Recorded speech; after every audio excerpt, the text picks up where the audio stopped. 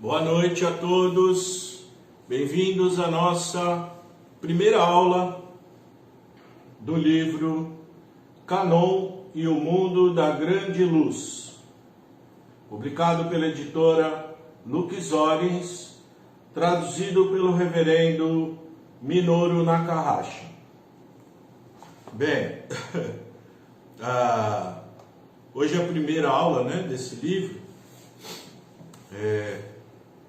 São ensinamentos, então, de uma coletânea de ensinamentos de Meishu Sama a respeito de Kanzeon Bosatsu, de Kanon. No Oriente, na China fala Kuan-Yin, vários, na Índia chama Avalokitesvara, por aí vai. No Japão chama Kanon, Kanon. Se depois vocês tiverem alguma dúvida, alguma coisa, coloca nos comentários e no final da aula, se eu souber, eu respondo. Se eu souber, Se não souber, depois eu vou procurar saber e respondo da mesma maneira. Só que vai demorar um pouquinho mais, não vai ser ao vivo.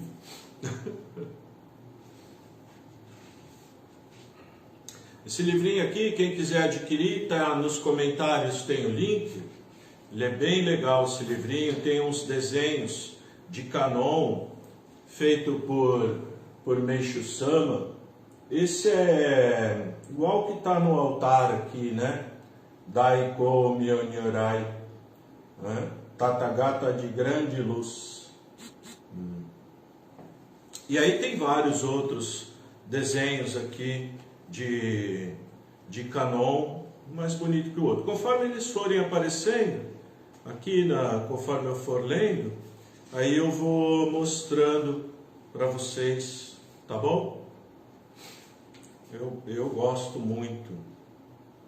Aqui tem um outro, Ryujo Kanon, Kanon sentado no dragão. Olha que bonito. Está muito perto, será? Ryujo Kanon. Alguns desses nós temos à disposição aqui também para venda, tá? Se alguém interessar, quiser ter um quadro de Kanon em casa, a gente tem também. Tem vários aqui, não é bastante mesmo. Bom, começar então, não sei se eu começo do Salmo. Começar do Salmo, tá? Salmos que Meishu Sama fez relacionados com Kanon. Mundo de Miroku. Desde o começo, Miroku Okami providenciou o estabelecimento do reino de Deus na terra, incorporando poder trino, fogo, água e terra. Miroku, o Deus Supremo, apareceu. Para construir o reino do céu na terra, Deus Miroku está manifestando um grandioso poder. A força de Deus fará renascer o mundo verdadeiro, agora fatalmente à beira da extinção. Espessas nuvens que encobriam o céu afastaram-se. Agora, sol radiante ilumina o mundo. Nenhum trabalho existe igual, nem mais grandioso que este, para a salvação da vida humana. Sabei todos vós que esperais a segunda vinda de Cristo. Messias e Miroku são a mesma divindade. Na gloriosa hora, Kanon tira e joga o manto. A seguir, aparece como o Senhor Messias. Kanon salvou até o fim do mundo búdico. Agora, tão insigne nome vai mudar para Deus. Kanon é 10, alma perfeita, ilimitado poder, manifestando-se livremente no universo. O reino do céu, que até hoje parecia um sonho para a humanidade, está nascendo na terra. Uma cultura livre de doenças, pobreza e conflitos surgirá numa terra cheia de alegria. Eu considero como reino verdadeiramente de Deus a vida plena de verdade, virtude e beleza. Seres humanos transbordantes de Tietê, luz de amor, habitarão o verdadeiro mundo de Miroco. Numa só nação, unidos fraternalmente, os países formarão o verdadeiro mundo de Miroco. Cada salmo, um mais lindo do que o outro, no que Meixo Sama compôs. E a gente foi escolhido como discípulo dele para ajudar na construção desse mundo, o mundo de Miroco, né? O reino do céu na terra, o mundo de Daicômio, o mundo da grande luz, como é o título desse livro, né? Canon e o mundo da grande luz. Já tem pergunta? Gostaria de saber, tenho imagem de Canon, de louça, é certo colocar água nela para ficar pingando, colocar flores perto da imagem? Acredito que não tenha nenhum problema não, dona Ivone, né? Que problema teria? Não tem problema não, acho que pode sim. Mas, se a senhora quiser depois, manda a foto para mim, pelo WhatsApp do templo, manda a foto direitinho, aí eu converso melhor com a senhora, tá bom? Bom, vamos começar, né? Já li o Salmo, agora vou ler o prefácio. Vou ler o livro inteiro. Não li a contracapa, né? Contracapa eu não li. Vou mostrar aqui para vocês. Aqui um ideograma feito pelo reverendo Minoru Nakahashi, que está escrito Canon, né? Bonito, né? Kanji bonito. Canon, ideograma escrito pelo reverendo Minoru Nakahashi. Aquele que vê os clamores do mundo. Aquele que vê os clamores do mundo. A divindade da compaixão no Oriente é conhecida por Kanon no Japão, Kuan-Yin na China, Avalokitesvara na Índia e Sherenzig no Tibete.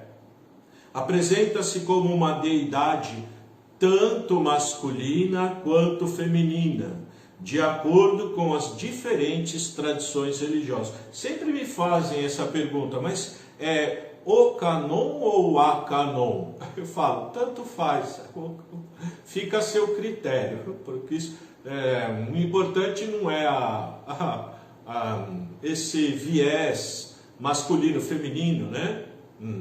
Canon é acima disso, né? Acima da dualidade, bem e mal, homem e mulher, baixo e alto, né? Acima disso. Incrível. Bom, vamos ao prefácio. Senão não acaba hoje. Prefácio. Eu não li depois. Vou ler também? Não vou ler. Vou ler. Essa outra capinha de trás do livro, né? Ao observar todas as leis regentes do universo, Canon salva livremente os povos.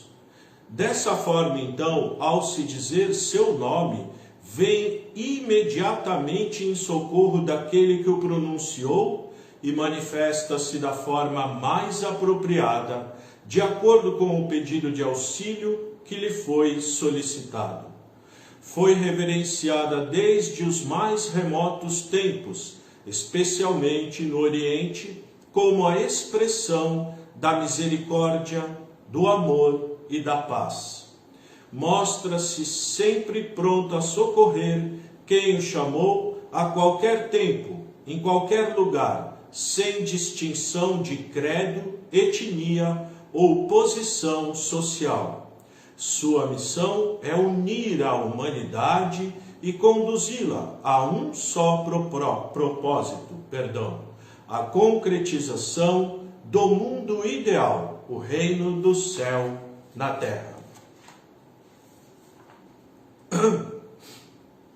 A única maneira de corrigir o mal que existe no ser humano é lapidar a alma que há dentro dele.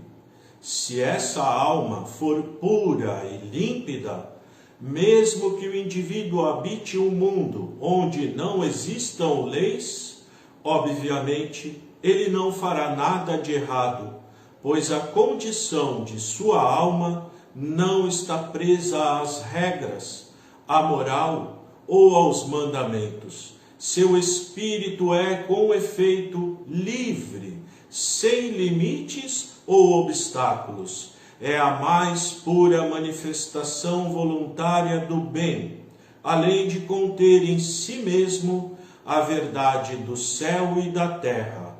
Eis o Canon Shin, o coração de Canon.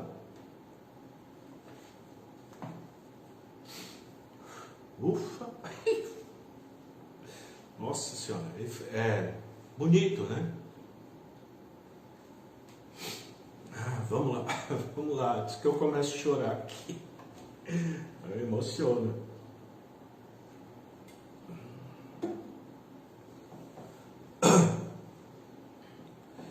Prefácio.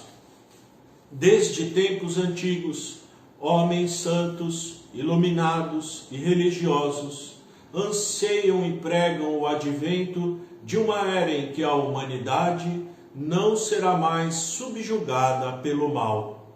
A vinda de muitos profetas e grandes revolucionários religiosos, como Jesus Cristo e Sakyamuni, encheram o coração humano de esperança sobre essa possibilidade.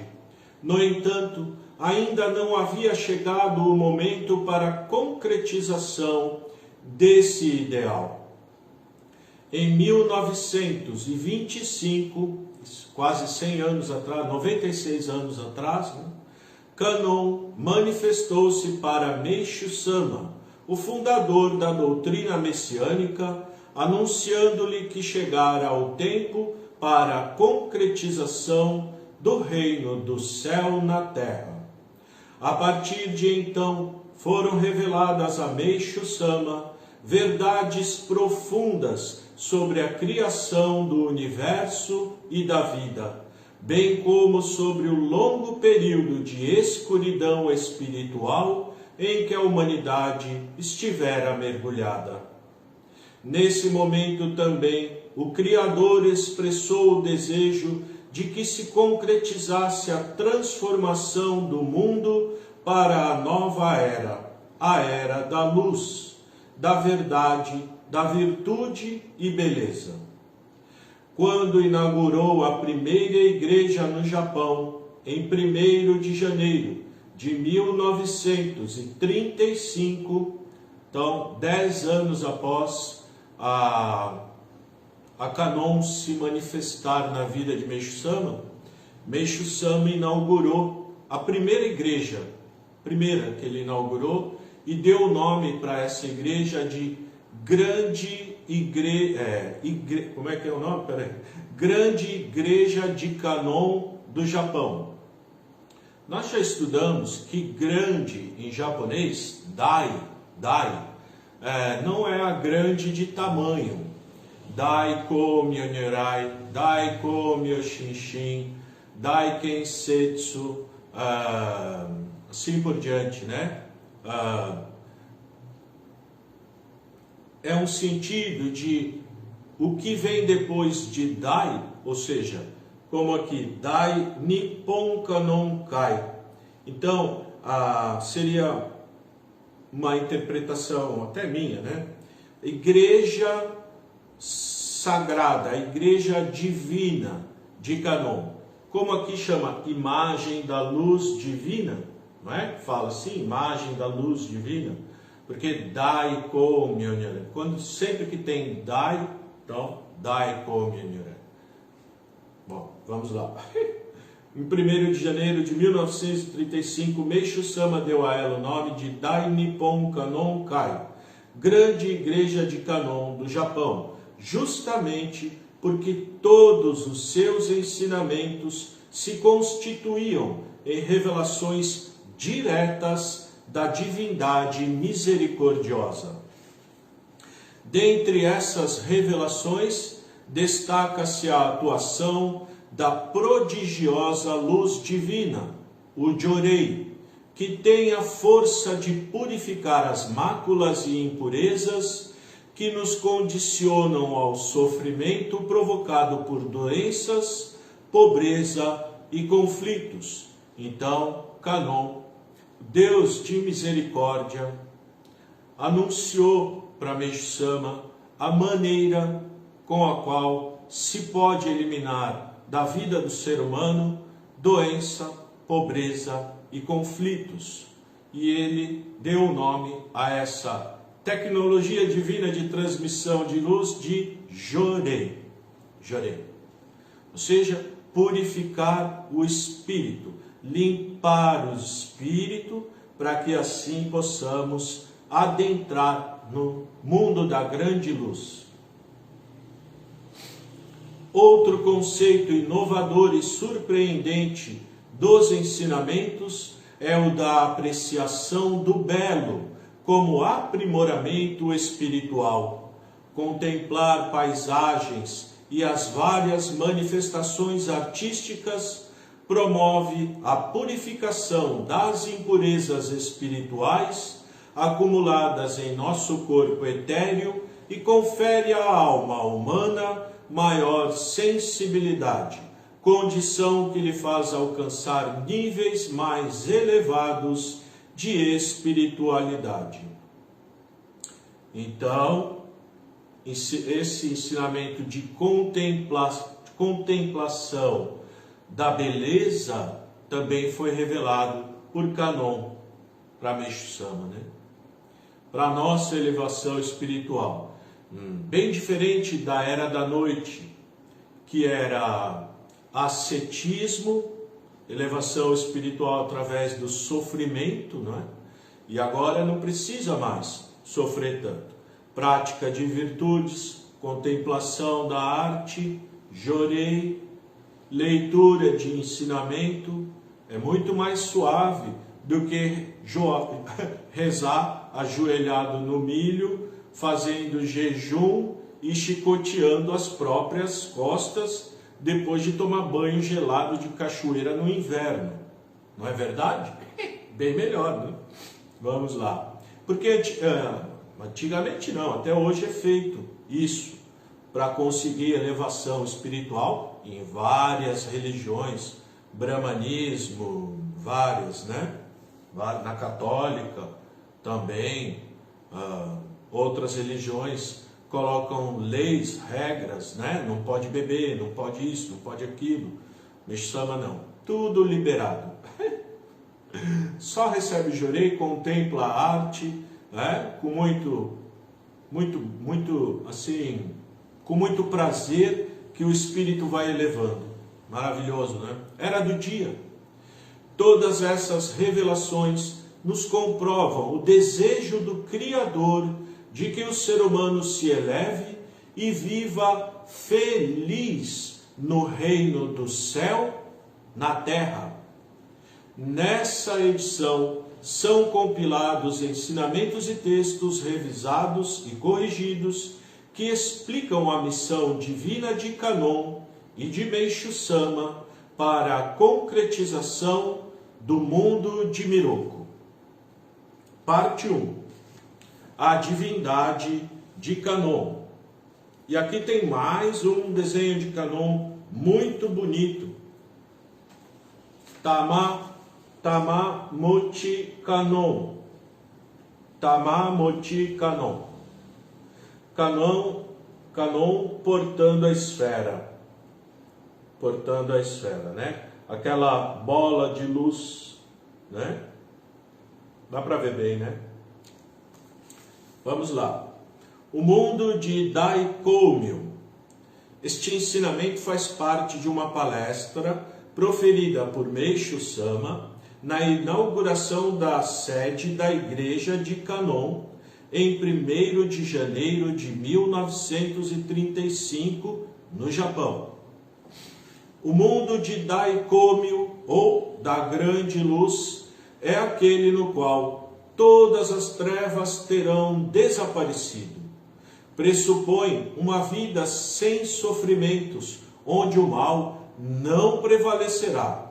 A propagação desse mundo ideal já vem sendo realizada há milhares de anos por muitos homens santos e grandes religiosos. Até agora, contudo, não foi possível concretizá-lo, ou pelo menos criar um tipo de vida bem próximo dos princípios da verdadeira felicidade. Daí a razão de os seres humanos terem julgado tratar-se apenas de uma utopia. Por isso, muitos até hoje ainda duvidam de que algo semelhante possa realmente surgir. Entretanto, embora reine na humanidade um grande sentimento de descrédito em relação ao surgimento do mundo da grande luz, com certeza ele vai concretizar-se através de mudanças profundas que já começaram a acontecer. Então, essas mudanças começaram a acontecer desde o século passado, retrasado, na verdade.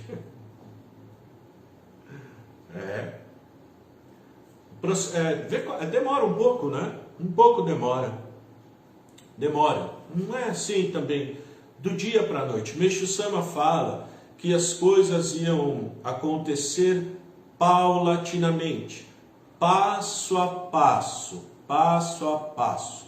Uma hora esses passos iam ser mais curtinhos, um perto do outro, e mais rápidos.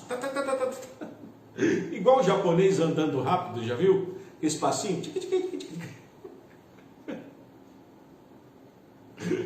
Assim, uma hora acelera, a purificação fica acelerada. Nós estamos vivendo um momento de uma grande aceleração das purificações, ou seja, de um grande aumento da luz, que se reflete, do mundo sutil aqui no mundo terreno. Meishu Sama falava que na era do dia, o mundo espiritual e o material, eles ficariam muito próximos um do outro, cada vez mais. E por isso coisas que a gente, por exemplo, um ato errado praticado hoje, amanhã já todo mundo fica sabendo, já é descoberto. Incrível, né? Essas coisas estão acontecendo já há algum tempo, né? Mas vai acelerando, passo a passo. Bom, próxima página. Mais um desenho de Meishu Sama. Jikyo Kannon. Kannon portando o sutra. A verdade, né? Os ensinamentos. Kannon portando o sutra. Bonito, né? Esses desenhos. Quem desejar algum desenho desse, entre em contato com a gente. Quadros, né? A gente vende os quadros. Para agariar fundos aqui para a obra, né? Nós estamos construindo, estamos começando a construir um protótipo em Miracatu. Acho que a maioria já ouviu falar, né? Estamos fazendo lá um polo no início de agricultura da grande natureza, mas futuramente temos a intenção de construir lá um templo, né? Um local para poder também entronizar a relíquia sagrada de Meishu Sama, que nós ganhamos, né? Uma fortuna sem tamanho, uma coisa que é uma fortuna enorme que a gente ganhou. Eu lembro do reverendo Nakahashi falando isso numa palestra. Ele falava assim: nós ganhamos uma fortuna enorme, vocês nem imaginam o tamanho dessa fortuna. Depois, passado um tempão, ele falou que tinha ganhado uma relíquia de Meixo Sama. Cabelo de Meixo Sama. Cabelo. Nós também ganhamos cabelo de Meixo Sama. Está guardado para, no futuro, a gente entronizar nesse local. Então, quem quiser participar também dessa obra, entre em contato com a gente, né? Participar dessa construção, desse modelo do reino do céu aqui na terra. Transição da noite para o dia no mundo espiritual. Quando se fala sobre transição, o ponto mais importante a ser considerado é a grande passagem da noite para o dia, ou seja, a conversão da noite em dia. Abordar esse assunto pode até parecer um pouco estranho, pois o comum é todos pensarem em dia e noite como um espaço de tempo que ocorre no transcorrer do período correspondente a um dia. Quanto a isso, não restam dúvidas. Porém, quando falo sobre passagem, estou me referindo à transição da noite para o dia no grande cosmos.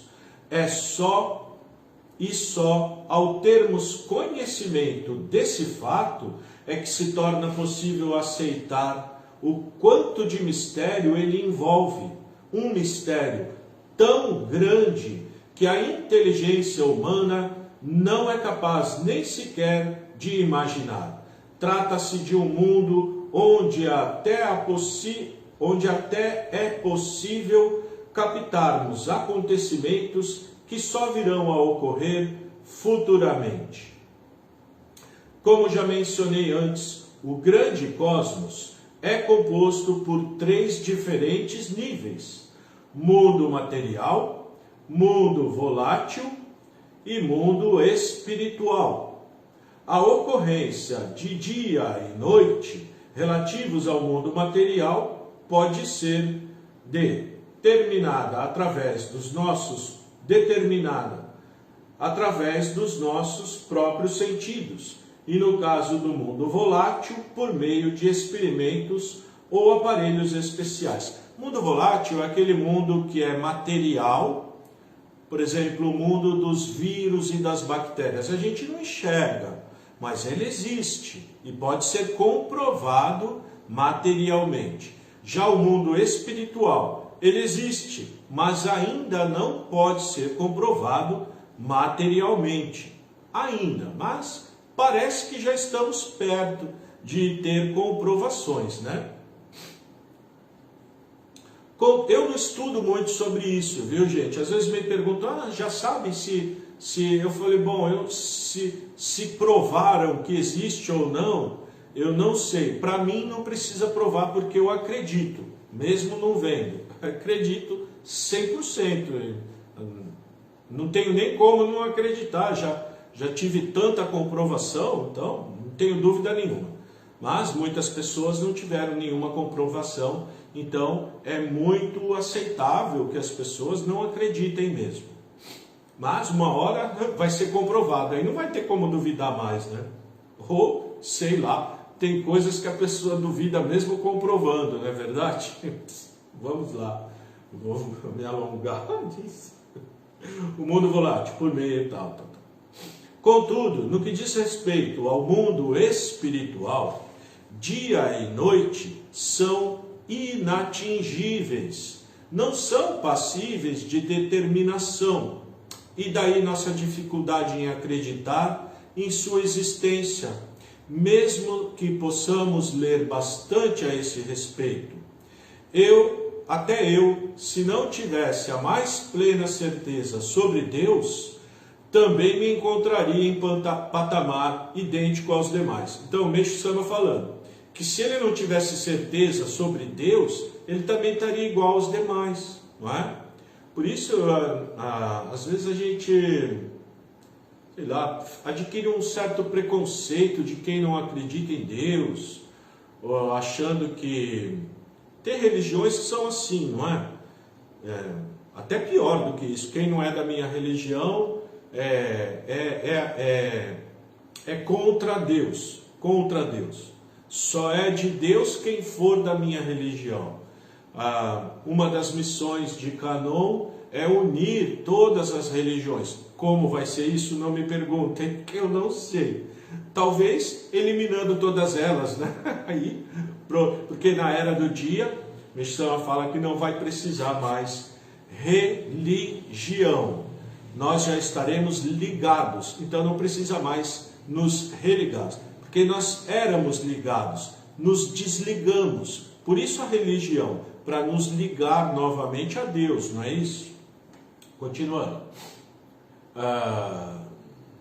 Entretanto, no meu caso especificamente, tenho uma grande missão a cumprir, o que deixa bastante claro porque não mantenho tão íntimo relacionamento com Deus e tanta certeza assim sobre tudo o que acontece no mundo espiritual. Eu li errado, só um minuto. O que deixa bastante claro porque mantenho tão íntimo relacionamento com Deus e tanta certeza assim sobre tudo o que acontece no mundo espiritual. Nossa, eu acho que meu olho está cansado. Acho. A letra está meio... Então vejamos.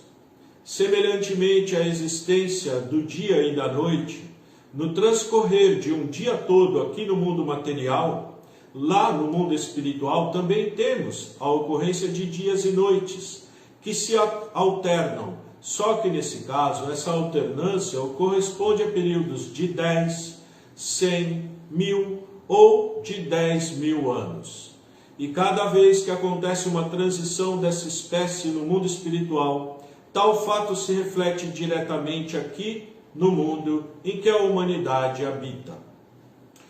Tudo que acontece no mundo espiritual reflete no mundo material. Espírito precede a matéria, né? A gente já estudou também. E cada vez que acontece uma transição dessa, se reflete aqui no mundo. O fator tempo, no mundo espiritual, apresenta uma precisão absoluta. Entretanto, em relação aos seus reflexos que se fazem sentir aqui no mundo material, existem diferenças em termos de tempo a serem consideradas. Isso é muito interessante. Antigamente, o que acontecia no mundo espiritual demorava muito para refletir aqui, entendeu? Então, por exemplo, Meshama cita o exemplo de corrupção. A pessoa era corrupto e a vida inteira ninguém ficava sabendo que aquela pessoa era corrupta. Ninguém. Todo mundo achava a pessoa mais honesta do mundo. Né? Hoje em dia, com a aproximação entre o mundo espiritual e material, esse tempo encolheu. Então, a pessoa é corrupta, faz um ato de corrupção hoje, amanhã já fica todo mundo sabendo. Por isso a gente não para de assistir notícias de corrupção em qualquer jornal, qualquer lugar, no mundo inteiro, não é? Encurtou o tempo, diminuiu. O que acontece lá reflete rapidamente no mundo material. Imagina como está a purificação lá, né? E cada vez que acontece uma transição dessa espécie no mundo espiritual, tal fato se reflete diretamente aqui no mundo em que a humanidade habita. Fator tempo, tal, isso eu já li. Desculpa. Entretanto, em relação aos seus reflexos que se fazem sentir aqui no mundo material, existem diferenças em termos de tempo a serem consideradas. Não existe uma correspondência temporal imediata e precisa no que diz respeito a datas, quando comparamos o mundo material com o espiritual. Com base nesse conhecimento, ao se observar a longa história da humanidade, é possível notar mudanças pequenas, médias ou maiores quanto à ocorrência de determinados fatos. E encontramos-nos agora diante de um momento correspondente ao ponto principal de uma grande transição que se dará aqui no mundo terreno. Na verdade, tal transição até já começou e seu marco inicial deu-se em 15 de junho de 1931, sendo que o término dessa sua primeira fase dar-se-á em 15 de junho de 1961. Temos, portanto, um período que abrange o decorrer de 30 anos. Para os seres humanos, tal espaço de tempo pode ser considerado um período relativamente longo, mas, tratando-se do plano de Deus no grande cosmos, isso corresponde a mais ou menos um segundo. 30 anos aqui, lá é um segundo. Imagina. Interessante, né? Já pensou? Lá, 30 anos aqui, lá, a pessoa em um segundo lá, olha como o tempo lá então deve ser devagar, não passa, né? Aquele 10 anos é 1/3 de segundo, imagina. Um segundo aqui, lá é, sei lá quanto tempo é. Fazendo as contas aí dá para saber, né? Quem é bom de matemática, aí faça as contas depois. Mas deve ser muito interessante, né? Não é tudo corrido igual aqui. Aqui é uma correria, não é? No mundo material. Corre para um lado, corre para o outro, corre para um lado, corre para o outro. Lá é calma, não tem pressa. Amanhã a gente se vê. Nossa, amanhã. Se um segundo são 30 anos, nossa, amanhã vai demorar milhares de anos para se ver. Se falar assim, daqui um segundo eu te vejo, já demora 30 anos. É muito interessante, muito espiritual. A gente realmente, como o Meixo Sama fala, é até difícil para a gente entender, porque a gente vive dentro do limite do tempo. O tempo nos limita e o espaço também. A gente tem limitação. A gente não consegue estar ao mesmo tempo em 2 lugares, 3, 4, né? Como o Meixo Sama, por exemplo, está em todo lugar ao mesmo tempo. Incrível. Ele está aqui, está aí com vocês, está lá, está em todo lugar, onde ele quiser, ao mesmo tempo. Incrível, né? A gente não. A gente, para viajar daqui para algum lugar, demora pelo menos 1 hora. Daqui para São Paulo dá 1 hora de carro. Né? Daqui para o Japão dá o quê? 1 dia de viagem? Sei lá, mais de 1 dia, né? Para o outro lado do mundo. Esse tempo, né? Tempo. A gente é preso nisso. A gente tem... a nossa vida é muito rápida aqui no mundo material. Lá no mundo espiritual, demora. Lá demora. Interessante, né? Bom, vamos voltar aqui. Ficar muito voando. Mundo material ou mundo espiritual, né? Deixa eu me achar aqui. Não existe uma correspondência. Tá. Com base nesse conhecimento, ao se observar... isso já foi também. 15 de junho de 1931, também já foi. Para os seres humanos, tal espaço de tempo pode ser considerado um período... também já foi. Nossa, está adiantado. Mundo material. Esses 30, inclusive, aqui no mundo material, esses 30 anos não têm por característica mudanças muito drásticas. De certo, não digo que não vá haver avanços, porém se darão paulatinamente. Somando-se 30 anos a esse período inicial do plano de Deus, obtemos um total de 60 anos como resultado. E esse vem a ser justamente o tempo necessário, não só para a preparação dessa grande transição, mas também para os arranjos finais, que se fizeram indispensáveis após a sua fase inicial de efetivação. Mas qual o significado dessa mudança? Até agora o mundo material estava atravessando um período correspondente à noite, tendo a lua como seu governante. Eis que finalmente tem início a era do dia, época profetizada por 2 homens santos, Cristo e Sakyamuni. que tem uma, mas tá. Ao completar 72 anos, Sakyamuni é aquele que chamam de Buda, né? Siddhartha Gautama. No Japão fala Sakyamuni, né? O Buda, né? Atingiu o grau de Kenshin Jitsu. Kenshin Jitsu a gente também já estudou. É a iluminação suprema, conhecimento de todo o passado e de todo o futuro.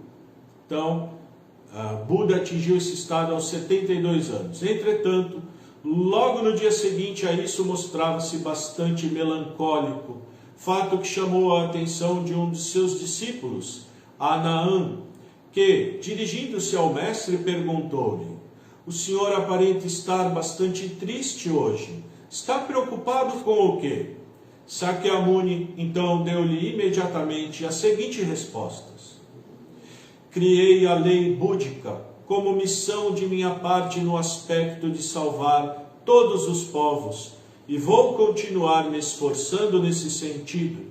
Porém, hoje, através do grande Buda, aqui quando ele fala grande Buda, Buda o que é? Um iluminado, grande né? Seria como se fosse Deus Supremo, a grande luz, né? Podemos imaginar assim. Coisas que vão além da imaginação me foram reveladas.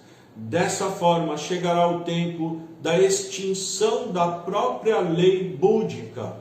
E foi justamente isso que me levou a ficar assim tão decepcionado. Ao atingir o Kenshin Jitsu, acabei entendendo que existem erros, e não são poucos, nos sutras pregados por mim até agora. Mas a partir de hoje passarei a pregar a verdade para que vocês venham a alcançar o Shokaku. Shokaku é despertar, né? Despertar. Imagina, um tempão elaborando os sutras, depois no fim, quando atingiu a iluminação, viu que estava muita coisa, muito erro, muita coisa errada. E segundo Kanon revelou para Meishu-sama, esses ensinamentos que Meishu-sama escreveu, esses que nós estamos estudando, sobre Jorei, sobre arte, sobre tudo que Meishu-sama falou, não é? São os ensinamentos para essa nova era, a era do dia. Os sutras que mostram a essência da lei búdica correspondem aos 28 capítulos do Hokkekyo, Sutra da Flor de Lótus, ao Hometsu Jinkyo, Sutra da extinção da lei búdica, e ao Miroku Shutsujin Seijukyo, Sutra do surgimento de Miroku.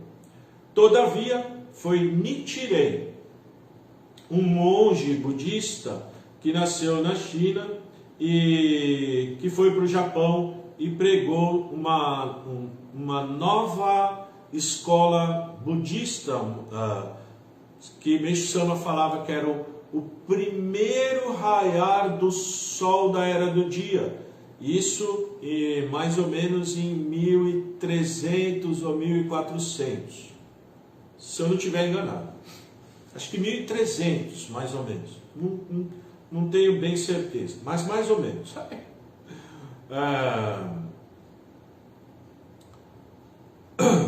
Vamos lá. Cadê? Nichiren, que fez a descoberta de que as pregações de Sakyamuni fizera antes de atingir o Kenshin Jitsu não correspondia fielmente à verdade. A partir de então, Nichiren passou a pregar com muita força e coragem só o Hokkekyo, Sutra da Flor de Lótus, invalidando, portanto, todos os demais sutras de Sakyamuni. No entanto, Nichiren não podia criticá-los assim tão franca e abertamente, e por isso suas explicações se voltaram para o significado desses 28 capítulos componentes do Sutra da Flor de Lótus, o Hokkekyo. O capítulo 25 desse Sutra diz respeito a Kannon.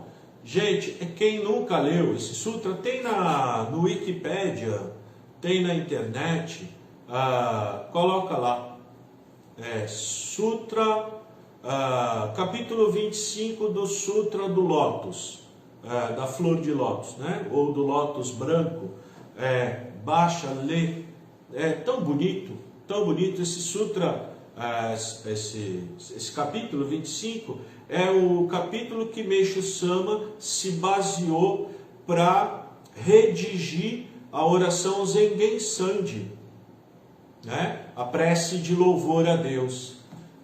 É lindo, viu? Maravilhoso. Quem nunca leu, leia. É bonito mesmo. O capítulo 25 desse sutra diz respeito a Kannon. É nele que são feitas referências ao grande mistério. O que quer dizer Hokkekyo? Seu significado é flor da lei búdica, ou seja, seria necessário haver uma florada final da lei búdica. Tal execução ficaria a cargo de Nichiren, sendo que o Japão seria o local desta ocorrência. Era nisso que Nichiren acreditava, e esse foi justamente o que levou a revalorizar o Sutra da Flor de Lótus pelo Japão inteiro, independentemente de obstáculos e perseguições que pudesse vir a sofrer. Ele tinha a mais absoluta convicção disso.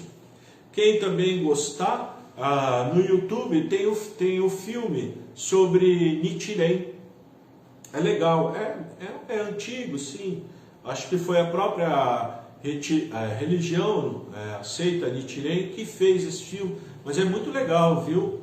E tem também do fundador do Zen Budismo, maravilhoso também, que agora, será que eu lembro o nome?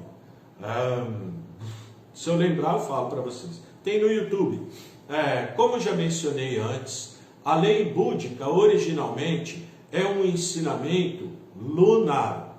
Os ensinamentos búdicos são yin, portanto, pertencentes ao que diz respeito a feminino. O próprio Sakyamuni admitiu ser um homem de espírito feminino, o que significa dizer que pertencia ao mundo lunar. Conclui-se daí que o Nichiren encontrava-se absolutamente fora dos padrões budistas vigentes em sua época. Quando Nichiren chegou ao término do seu próprio aprimoramento, escalou a montanha Kyosumi, em Awa, estado de Shiba, local de seu nascimento. Nessa montanha, a leste, no sentido do nascer do sol, entoou em voz alta 5 sílabas. Myoho Renge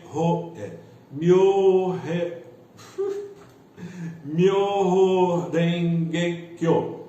Myoho Renge Kyo. Né? Assim. Myoho Renge Kyo, Myoho Renge Kyo, Myoho Renge Kyo. Tem esse. Esse aí não sei se o Nishama falou que podia ou não podia fazer. Mas tem um que ele falava para não fazer de jeito nenhum. Aquele Namu Amida Butsu, não sei. Nami Amida Butsu. Esse tem. De Amida, né? Vamos lá. É só a partir desse momento deu início finalmente a divulgação do Sutra Hokkekyo. Esse episódio é bastante famoso, porque até então todas as demais escolas do budismo rezavam as seguintes sílabas. Nami Amida Butsu. 6 sílabas, né? 5 é fogo, né? 6 é água. Então sempre foi 6, sempre foi água. Nichiren foi o único que fogo, ligado ao espírito do fogo, masculino, vertical. Isso é bastante significativo, já que 5 corresponde a Sol e 6 a Lua.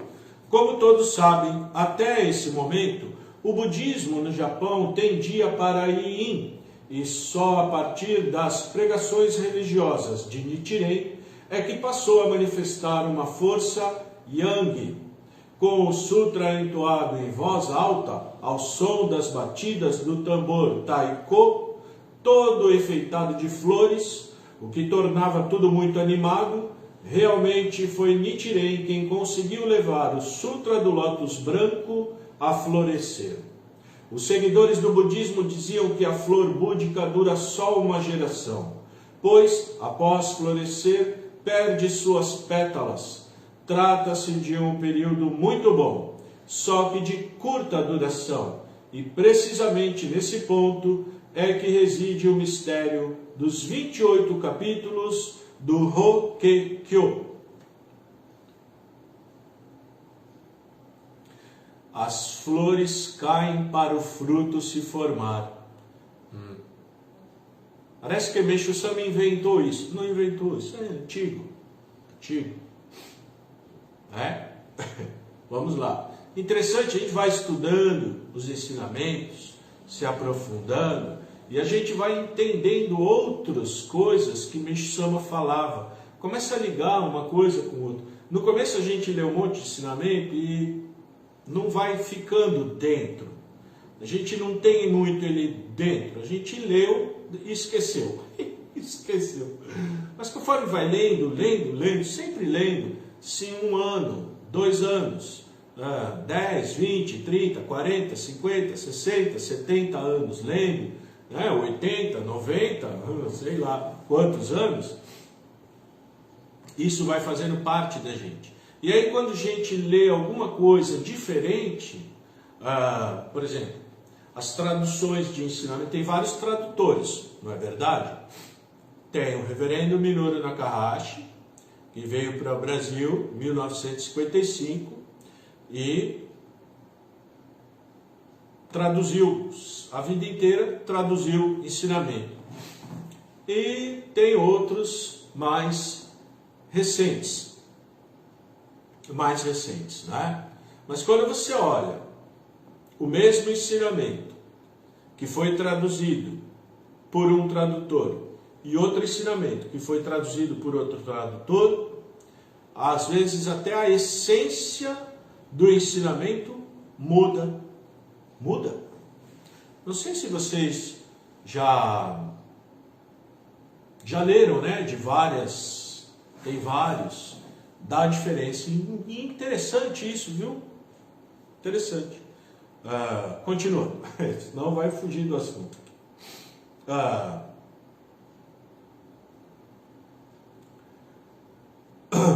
O número 28 manifesta a correspondência relativa a 28 estações da Lua. O sutra que faz referência a Kanon encontra-se no capítulo 25 do Hokekyo. Então temos a seguinte correspondência: 5 vezes 5, 25. O número 5 é Sol, e nessa acepção significa o surgimento do Sol, o que quer dizer que no mundo búdico da Lua é que se deu o nascer do Sol, ou seja, foi no tempo espiritual mais profundo da noite que os primeiros raios da aurora começaram a brilhar. É também interessante notar que todas as escolas búdicas tiveram origem no oeste. Dessa forma, a única que surgiu no leste foi a de Nichiren. Além disso, devemos lembrar que o monte Kyosumi, na região de Awa, localiza-se bem no extremo leste do Japão, aspecto que, em sua própria concepção, envolve um misterioso segredo. Dessa feita, tal local corresponde à segunda dimensão do mundo espiritual. Então, essa montanha corresponde à segunda dimensão do mundo espiritual. Só guarda isso aí.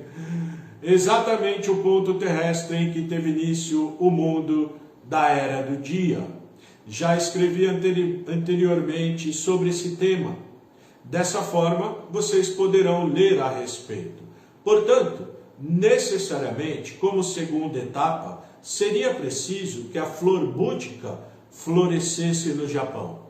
Caso contrário, o nascimento do fruto não poderia se dar, e esse é justamente o aspecto que envolve o grande significado oculto relativo a esse tema.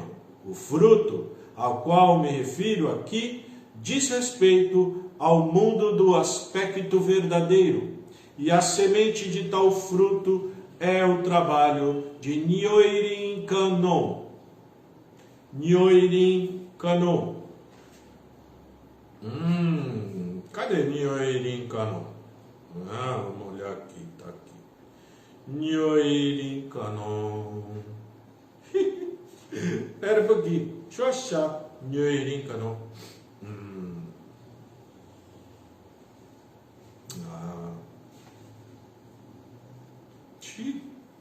Agora que eu mudei mesmo, espera aí. De Nyoirin Kannon. Depois eu vou mostrar para vocês o desenho de Nyoirin Kannon. Que aqui eu não estou achando. Nyoirin Kannon. Unjo Kannon. Yugyo Kannon. Yugo Yokui Kannon. Tá, não faz mal. Depois eu mostro. Nyoirin Kannon. Como sempre digo, Kannon é Miroku do Sol. Amida, Miroku da Lua. E Sakyamuni, Miroku da Terra. Portanto, esses três Budas é que formam os três Miroku. Amida e Sakyamuni deveriam cumprir a missão que lhes cabia no período correspondente ao mundo da noite. Kannon, entretanto, deveria manifestar seu poder logo no início do mundo do dia. Esse plano já havia sido profetizado anteriormente na antiga Índia, local de origem da lei búdica. Em seu início, nossa igreja caracterizou-se como uma religião de Kannon no Japão. Eu até costumo desenhá-lo como uma imagem divina em postura de prece, e acho que o corpo espiritual de Kannon me acompanha sempre, justamente por isso. Na denominação budista, Sakyamuni e Amida são Nyorai, mas Kannon é Bodhisattva. Bodhisattva é uma hierarquia divina abaixo de Nyorai. Nyorai mais acima de Kannon. Portanto, dependendo da escola, Kannon chega a ser considerado inferior a Amida e Sakyamuni. Coitado do Kannon. Kannon ensinou Amida, Sakyamuni, depois ainda ficou como sendo inferior. Esse mundo é maravilhoso. No entanto, a revelação a que me referi há pouco não deixa margem para equívocos. Devemos também lembrar que Kannon ascendeu, tornando-se Komyo Nyorai, posição em que mantém seu trabalho divino até hoje. Mas esse é um aspecto que todos os membros da Messiânica já conhecem muito bem. Segundo Meishu-sama, nós já conhecemos muito bem, né, sobre Kannon, sobre Daikomyo Nyorai. Será que a gente conhece? Esses ensinamentos, infelizmente, foram suprimidos em 1900 e, sei lá, 60 e 70, por aí. Por aí. Quem é de antes dessa época, membro antes dessa época, já deve ter ouvido falar bastante, né, de Kannon, de Daikomyo Nyorai. Quem é membro recente, provavelmente nunca ouviu falar Daikomyo Nyorai, nem Kannon, nem essas histórias de Nichiren, de Sakyamuni, de Amida, tudo isso. Mas aqui nós vamos estudar tudo isso, tudo que um dia foi suprimido agora não é mais, agora está tudo revelado. Graças a Deus, né? Era do dia, tudo é esclarecido.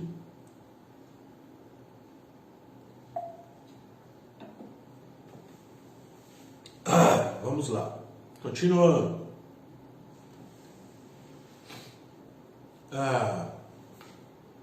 Vamos lá, Canon e o mundo búdico. Aqui tem um outro desenho de Canon, muito lindo esse Canon, né?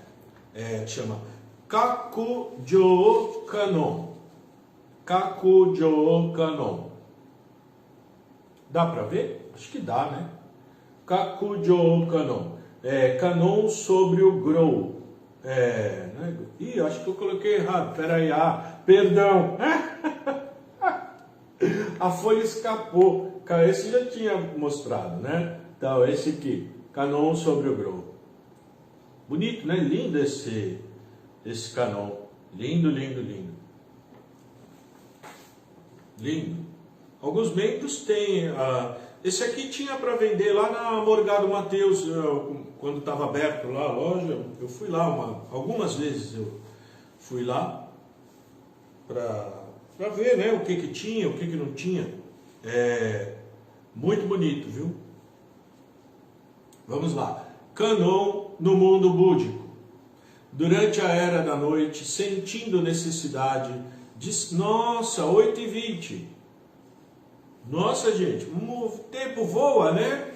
Parece que a gente está no mundo espiritual. Parece que passou nem um segundo. Já são 8h20. Que coisa, que o tempo voou. Bom, próxima aula então. Canon no mundo búdico. Se tiverem alguma dúvida, alguma pergunta, eu vou ler os comentários aqui de vocês, né? Se tiver alguma dúvida, alguma pergunta, eu respondo. Gostaria de falar,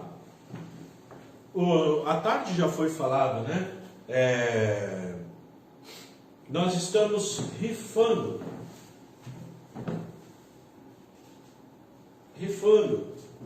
para... Ai, é pesado. Rifando para... Não sei se dá para ver bem aí. Rifando, né? Esse quadro de Meixo Sama. Vou aproximar mais um pouquinho, né? É o reflexo da luz no quadro, eu acho. Não sei se dá para ver. É o reflexo, né? Dá para ver? Acho que dá para ver, né? Então a gente está rifando esse quadro. Nosso amigo Marcos, acho que já colocou aí nos comentários, né? Quem se interessar, a gente vai depois enviar pelos correios, tá? A gente vai enviar esse quadro pelos correios. É um quadro grande de Meixo Sama, com uma foto em alta definição, muito lindo. Ó, pessoal, eu tenho 1,77 m por aí, 1,70 m, sei lá, diz que a gente vai envelhecendo e vai encolhendo, né? O quadro é grande. Ele deve ter, com a moldura, 60 por 80, por aí. Ele é bem grande, bem grande. Difícil achar quadro desse tamanho, mesmo nas igrejas, à venda. Então, quem gosta, né, de Meixo Sama e quiser participar, esse dinheiro que arrecadar vai para ajudar na construção lá em Miracatu, né, como eu falei no início. Tá bom? Aí entra em contato com a gente, tá o contato aí, tudo. Fala com o ministro Vanderlei.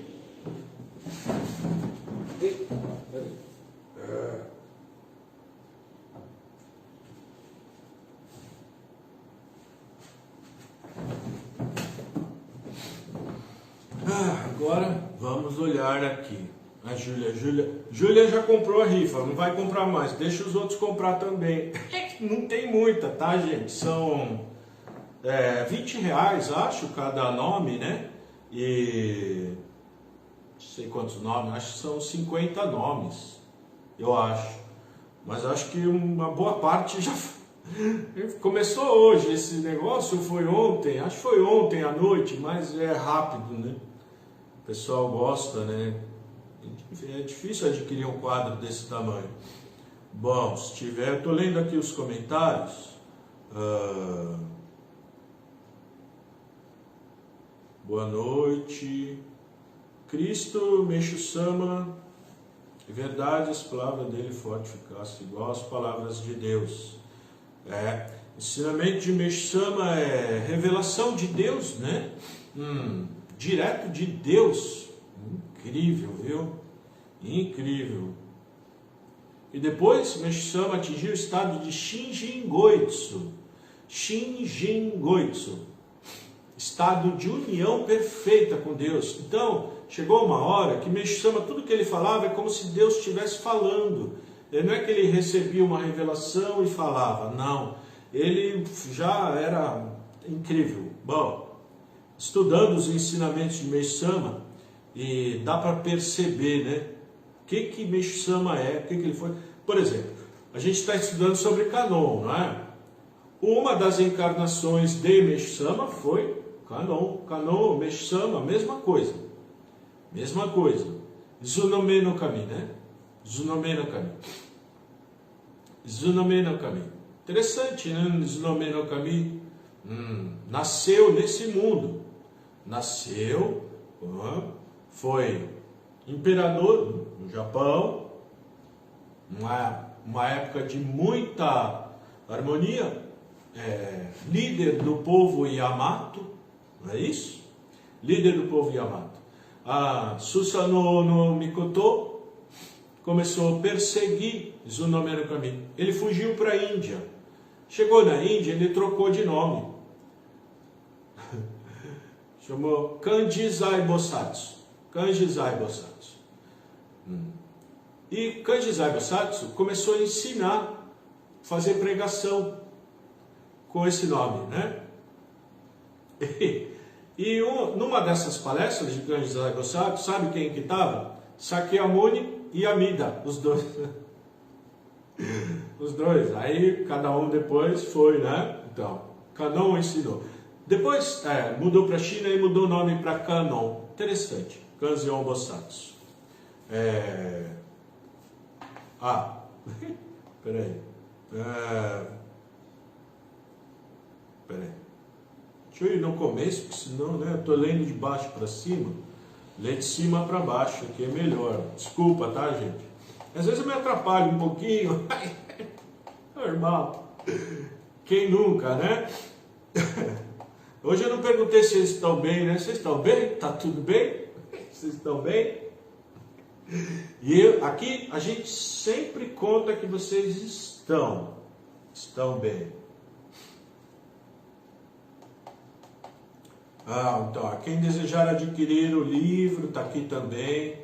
Esse livro aqui, né? Tem no site, recebe em casa. Gratidão,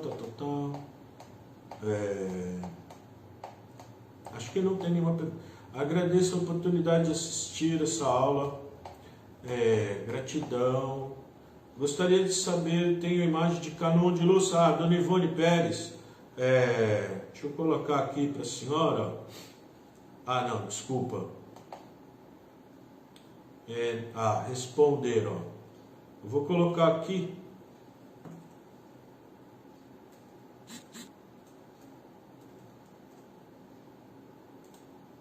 Tá? Eu respondi aí para a senhora. A senhora adiciona aí no WhatsApp, que a gente vê sobre esse seu Kanon, né? Tem uns que assim, tem imagem que pode colocar no altar, né? Imagem boa, muito boa, tem que ser uma coisa muito boa, muito nobre. Não dá para colocar qualquer coisa, né? Por exemplo, esse Kanon, a gente conseguiu ele com o reverendo Mitsu Nakahashi, era dele, antiguidade, né? Chinês, antigo, raro, a gente conseguiu com ele. Esse também imagem, né, da estátua de Miroku Daikokuten, também o reverendo Mitsu também trouxe do Japão, e faz tempo que a gente tem ele, né? Bastante tempo já. Acho que quase 10 anos ou mais, não sei. Por aí. Então, assim, tudo sempre coisa, não pode pôr coisa muito assim, simples, não é muito legal, não. Não é. Depende do altar também, né? É que o altar aqui também não é muito simples, né? Foto de Meishu Sama bem grande, a imagem de Daiko Minyorai enorme, né? Aqui, é que daí não dá para ter muita noção, né? Mas olha o tamanho desse. Como eu falei, tem 1,78 m, mas olha só, né? Daqui para cima ainda tem mais 1 metro. É grande, viu? A gente tem quase 3 metros essa imagem. E daí? Ela é bem grande. Bonita, né? Vamos lá. Boa noite, boa noite, boa noite. Vou tentar enviar a foto ainda. Não sou esperto em fazer essa foto para lhe enviar, Dona Ivone. Tá, tenta com o celular, né? Tira a foto assim. Depois, se tiver o WhatsApp, né? Aí me adiciona aí no WhatsApp. Boa noite, boa noite. Cristo Meishu Sama, é verdade, palavra e tal. Aqui eu acho que eu já li tudo, tem novos comentários aqui. 4 novos comentários. Tá? Pronto. É isso, gente. Muito obrigado a todos pela companhia, pelo estudo. Estamos estudando juntos, porque esse livro é novo. Eu ainda não tinha lido, apesar de ser uma coletânea de ensinamentos, e a grande maioria desses ensinamentos não são traduzidos assim, traduções recentes, são traduções já um pouco antigas, até bem antigas, né? E alguma ou outra coisa aqui é mais recente, uma ou outra coisa. É que assim, tem no Evangelho do Céu 1, Evangelho do Céu 2, Evangelho do Céu 3, todos os livros do Templo Luz do Oriente tem alguma coisa falando de Canon, porque Canon Meishu Sama é Canon, né? Canon. Interessante, né? É o mesmo espírito. Incrível isso daí, viu?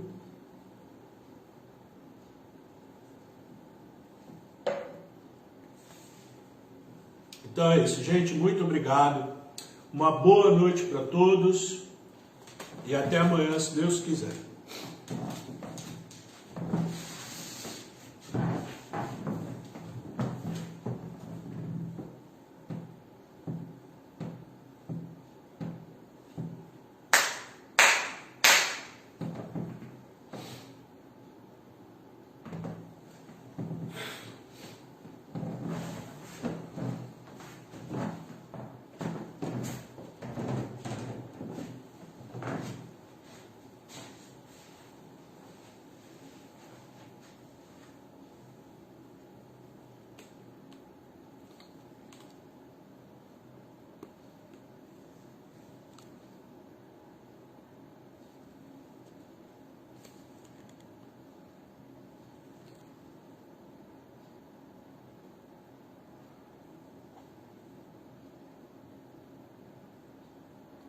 Bonito quadro, né?